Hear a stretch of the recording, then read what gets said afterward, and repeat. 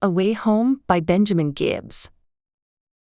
Angel sniffed the ground. He'd been here before. He lifted his small face to look at the split path in front of him, trying to decide. He'd been gone for 2 weeks. He missed his home, the warmth, the free food, the affection from his human housemates. Life on the road was fun, and for an alpha cat like him, it was a part of life. Angel lived for adventure. A lone traveler despite sharing a house with 2 other cats, both bigger and stronger than him. Neither of them had more experience though, being 5 years younger and infinitely more spoiled. And it was that experience that would help Angel choose a path. Ever the wise old man, he knew he had to choose carefully, for one path led straight home, with no danger or obstacles to speak of. And the other was different. It was all instinct really, there was no way to know for sure. In the end, Angel had only his gut to listen to. The thing is, he'd been down both paths before, and recently too. His scent trails ran all over the place. He was an adventurer after all. Finally, after concluding that there was no easy way to make the choice, right or left, he chose right and made his peace with it. The problem was both paths began about the same. They ran for 2 whole miles. These well-maintained trails through the fields, separated by a thick layer of trees. The safe path led out near the highway and straight home. The other led to the river, where Angel wasn't the most welcome cat. If he made a mistake, he wouldn't know until it was too late to turn back. But there he went, trotting along the path he'd chosen, head held high and confident, sniffing periodically, shifting his gaze in all directions, remaining vigilant. He was on the path home, and that was all the encouragement he needed.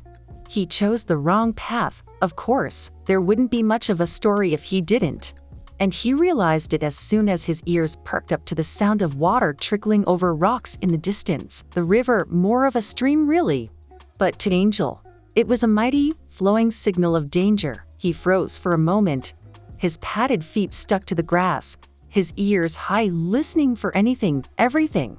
He felt his resolve start to slip, but then just as quickly, he gathered himself, stowed away all fear, and resumed walking. He knew what this meant for him, a rough night. Maybe he should go back, travel the 2 miles in the wrong direction, and take the other path. But that meant another night out. And he wouldn't be home until the next day. He was so sick of hunting, eating in the fields, as much as he enjoyed it. Hunting was one of his greatest pleasures, but when the thrill was gone and he was tired, he just wanted the free stuff from his food bowl and the feel of gentle hands on his fur. He wanted heated rooms and the guaranteed safety of being indoors. Could he do it? Sure. But did he want to? The river was flowing faster than normal. The recent rain made sure of that.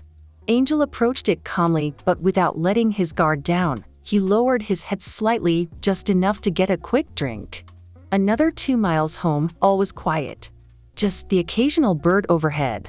He continued along the river a bit longer, thinking that perhaps there would be no trouble after all.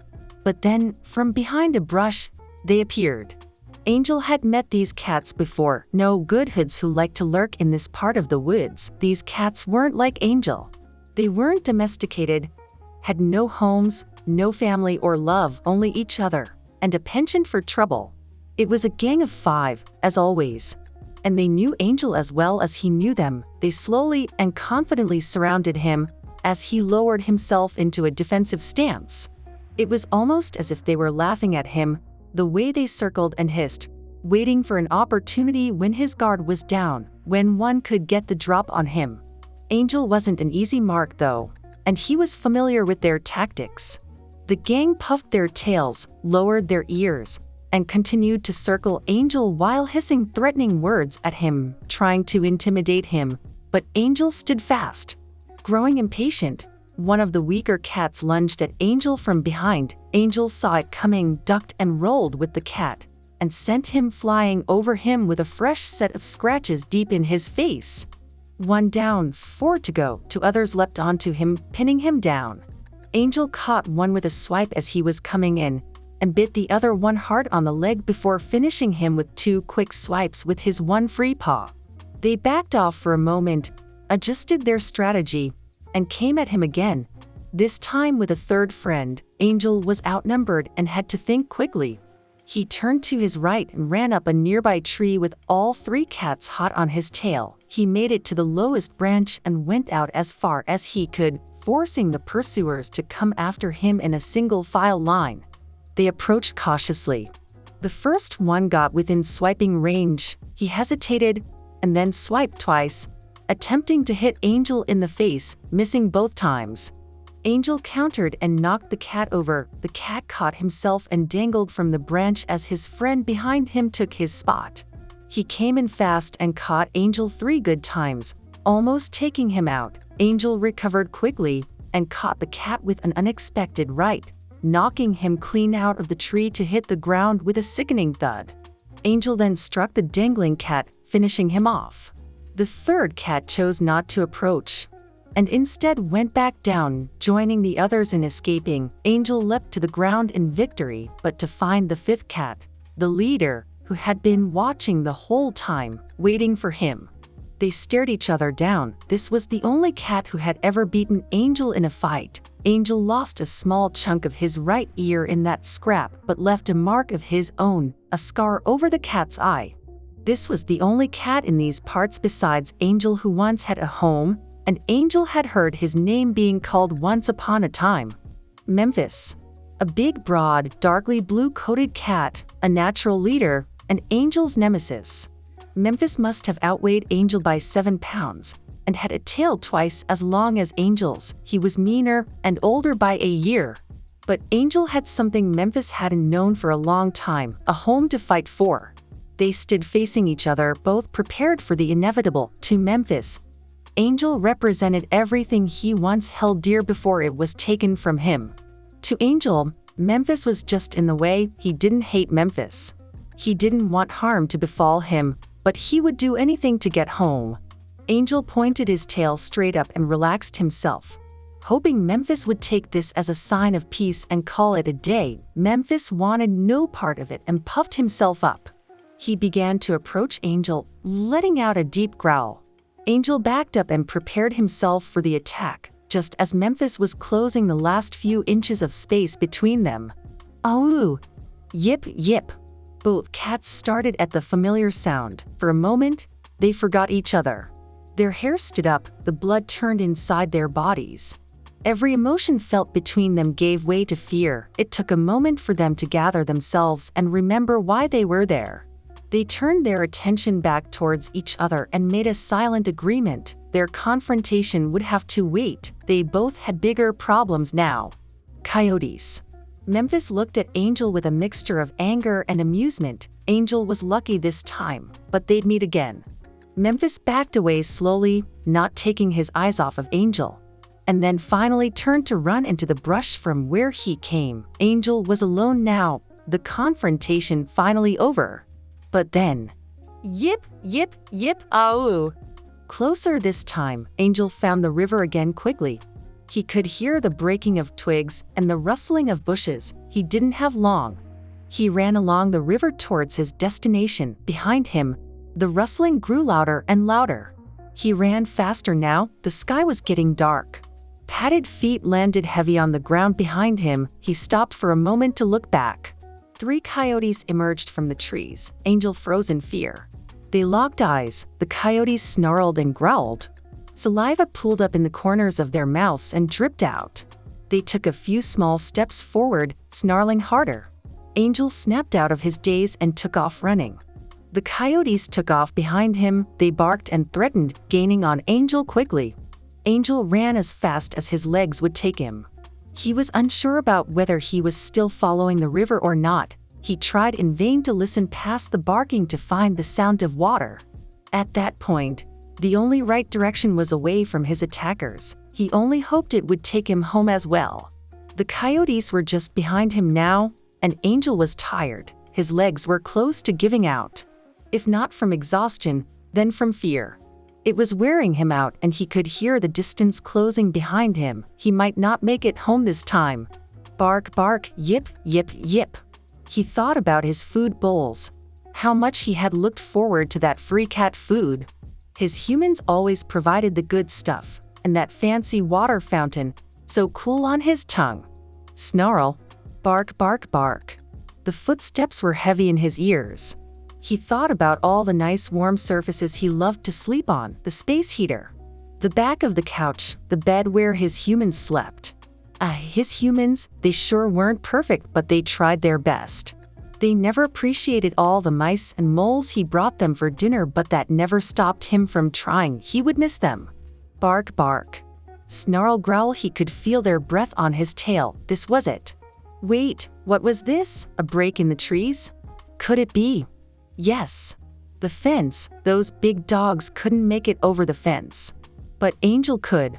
Just as those dogs were about to snap him up, Angel found new strength in his legs. His stride got wider, his breath longer and deeper. He was going to make it home.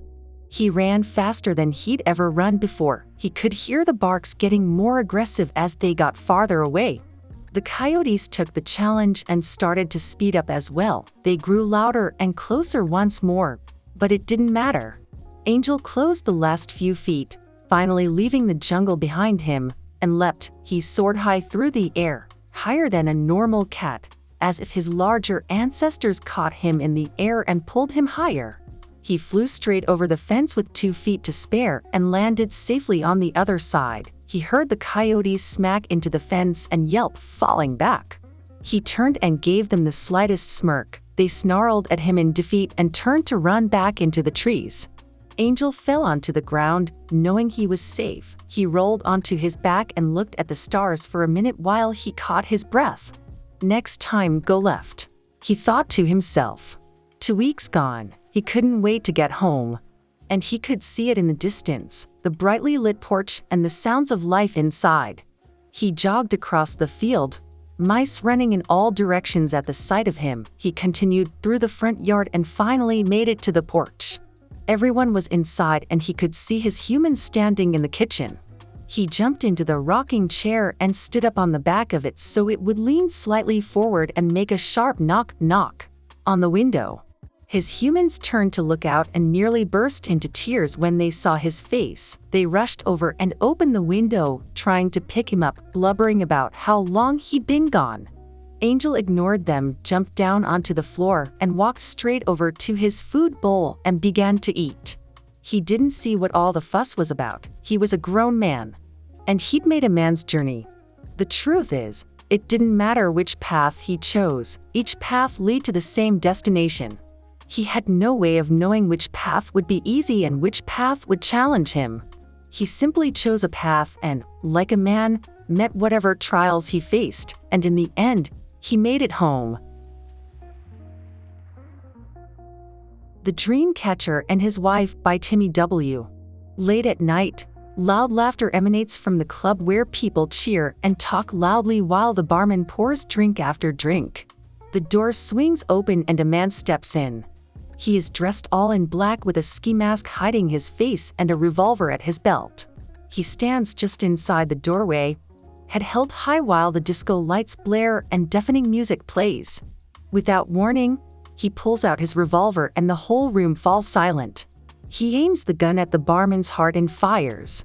The barman is dead before his head hits the floor, one hand still clenching the bottle of wine he'd been pouring. Then the masked man exits the club, gets in his car, and drives away. He doesn't know that his girlfriend had been following him, that she saw him pull out the gun and shoot the unsuspecting bartender. After the murderer leaves, nobody calls the police. Nobody screams in terror. And nobody seems to notice the men who take away the barman's body. It's as if the shooting has never happened, as if the barman never existed. The only person who notices anything is the murderer's girlfriend. As the murderer drives away, he hears his phone ringing. He wonders who could be calling him at 11 p.m. When he picks up his phone, he's surprised to see that it's his girlfriend, Anushka, calling him. He accepts the call. "Imanol," she says with an edge to her voice, with a tone she only uses when she's afraid. "Where are you?" "I'm driving home from the club. I'll be back in a few minutes." And although it's a half-truth, he's used to lying, used to having to cover up the messes he leaves behind. "Imanol." She says it again, his name, not babe or sweetie like she usually does. I can't do this anymore. Do what? Honey, I don't understand. What is this? Why are you talking to me like this? For a moment there's silence on the other end, but then she says, I saw you at the club. And even though your head was covered, all I could see was your face as you shot that man.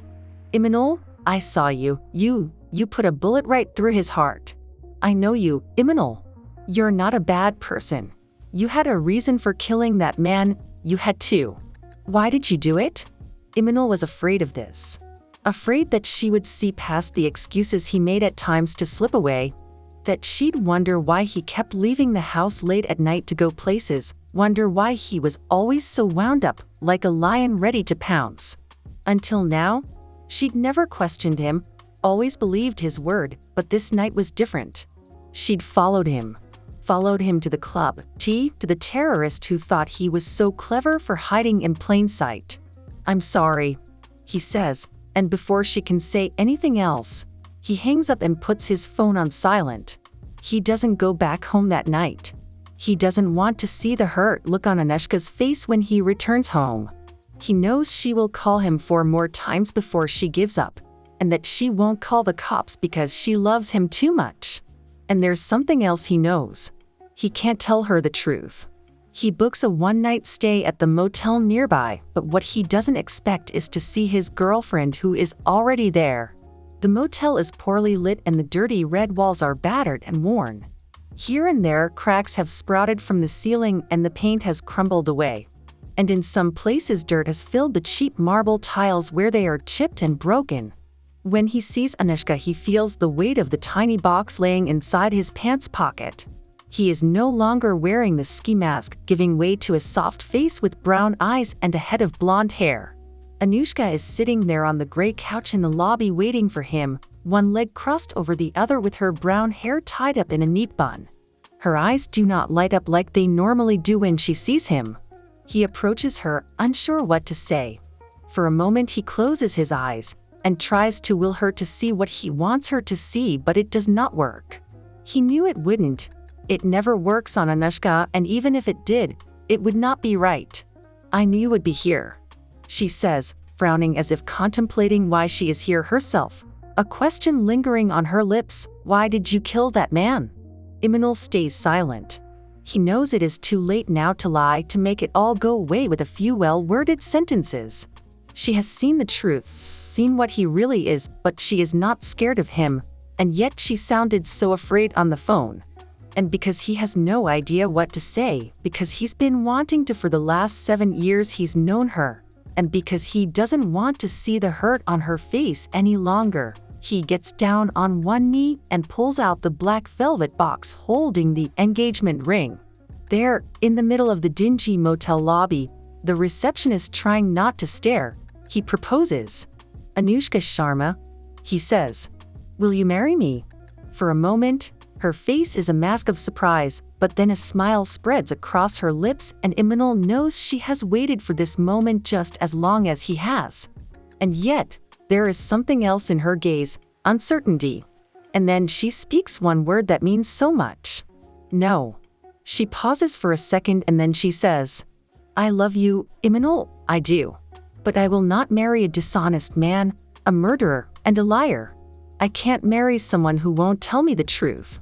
Someone who is always sneaking out at night and slipping away at random times. Silence passes over them, and nobody says anything for a while. The receptionist is staring right at them. Cars pass outside and the wind blows, causing a rustling of leaves. Imanol puts the ring back in his pocket and tells himself he will ask again another day because this wasn't the right time. He knows he has been a fool.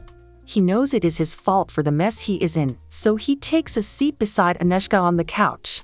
I'm sorry, Imanol says for the second time because it is the only thing he knows to say. I'm not who you think I am. What do you mean? She says, and Imanol can hear the hurt in her voice. I know you. I've known you for 7.5 years, and you always showed me kindness, always showed me respect. You loved me and cared for me, and you were always there for me. And her voice cracks and tears begin to fall down her cheeks. And even when you weren't, off doing strange things in strange places, I could hear your voice all the time telling me I was special, that I was one of a kind. And I can't bear to lose you, I want to understand. It all comes spilling out.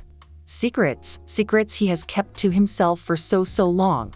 He knows he shouldn't be telling her them. That by doing so he makes her a target and puts her in danger. But he loves her too much and he is not willing to let go, not willing to forget her, and so he tells her everything. 17 years ago. Imanol is 12 and he is surrounded. He stands alone at a dead end and there is nowhere for him to run. The 3 bullies converge around him and he wishes that the bullies didn't see him, and yet, Imanol is different than most victims of bullying. He doesn't wish to see them attacked or hurt or broken, he wishes that they would see what they wanted to see, perhaps, their wildest dreams. And when he wishes it and wills it to happen, it happens. The bullies each see their greatest dream. One of the bullies, the biggest, meanest one, looks at Imanol with sudden joy. He runs at Imanol, arms spread wide, and hugs him as if he were a long-lost friend. Down his cheeks stream tears of happiness, and his mouth is spread into a smile. Then he says softly, hugging Imanol tight, "I've missed you, Mom. I've missed you for so long." Similar things happen to the other bullies and they begin to smile. It is then that Imanol realizes that each of the bullies is broken, each beaten down by life in their own different way. And when he sees his chance to escape, he leaves them there in the alleyway, and when he is far enough away, the spell breaks, leaving the boys to think about their lives and reflect on what they saw. Now, disbelief flashes across Anushka's face. She does not believe him. "Can you do it on me?" she asks, but Imanol shakes his head. "It doesn't work on people I love or people that care about me. There are rules to my gift." "Can you do it on the receptionist?" "Yes, but my power is not to be abused." For a moment Imanol closes his eyes and wills the receptionist to see his dream. The receptionist's eyes suddenly light up and he laughs loudly. For a second, Anushka can see a smile forming on the man's, but then it fades and it is gone, just as quickly as it came. It is at that moment that Anushka believes him, that she knows he is telling the truth. Imanol tells her then about the CIA, how he was selected for a mission in order to take down a criminal mastermind who had funded many terrorist attacks and helped plan the bombings of the Twin Towers. How his powers allow him to complete jobs without people noticing. He says it all in a whisper so nobody else can hear. She believes him, every single word he says. Her face softens and she finally sees him for himself. Not for the lies he's told or the murderer he is, but for the strong, capable man that loves her. She embraces him then and says, "Yes." And when he asks her, "Yes, what?" she replies, "Yes, I will marry you." And there, on the couch of the motel lobby, she takes his head in her hands and kisses him for a long time. And then the clock strikes 12 and they remember it is New Year's Day, and Imanol lifts her up and cradles her as if she were a baby, and they kiss again and again and again. Soon, the drowsiness of sleep comes upon them and Imanol sets her on his lap. He lays himself down face up on the couch and rests Anushka's head on his chest so that her stomach is pressed against his. It is there, lying on the couch of the dinky motel, that they fall asleep peacefully in each other's arms. Invasion by Kevin Broccoli. The one night I set the alarm, they show up. I think there are 3. 3 would be a good number. There are always 3 burglars in the movies. The smart one, the muscle, and the one who panics and dies at the hand of the protagonist, sometimes by happy accident. I shouldn't project. I shouldn't start all this by projecting. I'm bound to let myself down if I do that. They might run now that the alarm has been sounded. They might flee. I would flee if I were them. No point in dealing with the hassle of an alarm. Back when I was at the top of my game, I still would never push past an alarm. If I tripped one up, which didn't happen often, I would calmly walk away. The baseball cap goes on, the jacket gets zipped up. I make my way to the idling car, and I pull away quickly but not hysterically. You'd have to be bold to keep going after all that noise and bombast rattles your bones. I hope the men downstairs aren't as savvy as I was. It won't be any fun if they are. I know the point is to beat the best, but I'm not as young as I once was. Now, I need slower men who depend on their own hubris. I need them to believe they can handle anything. I'll throw a few softballs their way to bolster their confidence. I like it when they're confident. I like knowing there won't be any fear in their blood when I find the first vein. If I hadn't been so hungry, I doubt I even would have gotten into home invasion. I don't like breaking things. I don't like destruction. What I do is not about harm. The ghouls who do harm are tucked away in the closet or perched on a tree outside the window of a scared little boy or girl. I come from a place that doesn't believe in the linear aspect of a horror story. Standard bloodsuckers take what they need only to retire back to dirt. I do not enjoy dirt. I won't sleep in it. And I adore sunshine. I'm out all day. There's nothing vampiric in this house. This is something more elegant. It's a passion. Every evening I pour myself a glass of Cabernet and I begin to post on message boards all over the darker parts of the dark web. I put down my address. I write that the person living there is an old woman. I'm not lying. I am old. I'm older than most people on this planet. Where I come from, a human lifetime is gone in the blink of an eye and the rest of us progress. We shift small parts of ourselves to adapt. The trouble is, in order to do so, we need fresh plasma. Sorry for all the vernacular. I know it might cause you to doze off. You might want to anyway.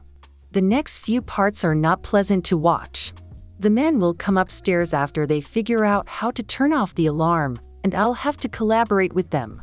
My jaw will unhinge a bit so I can get the biggest part of their jugular into my mouth. The suction tubes will unfold.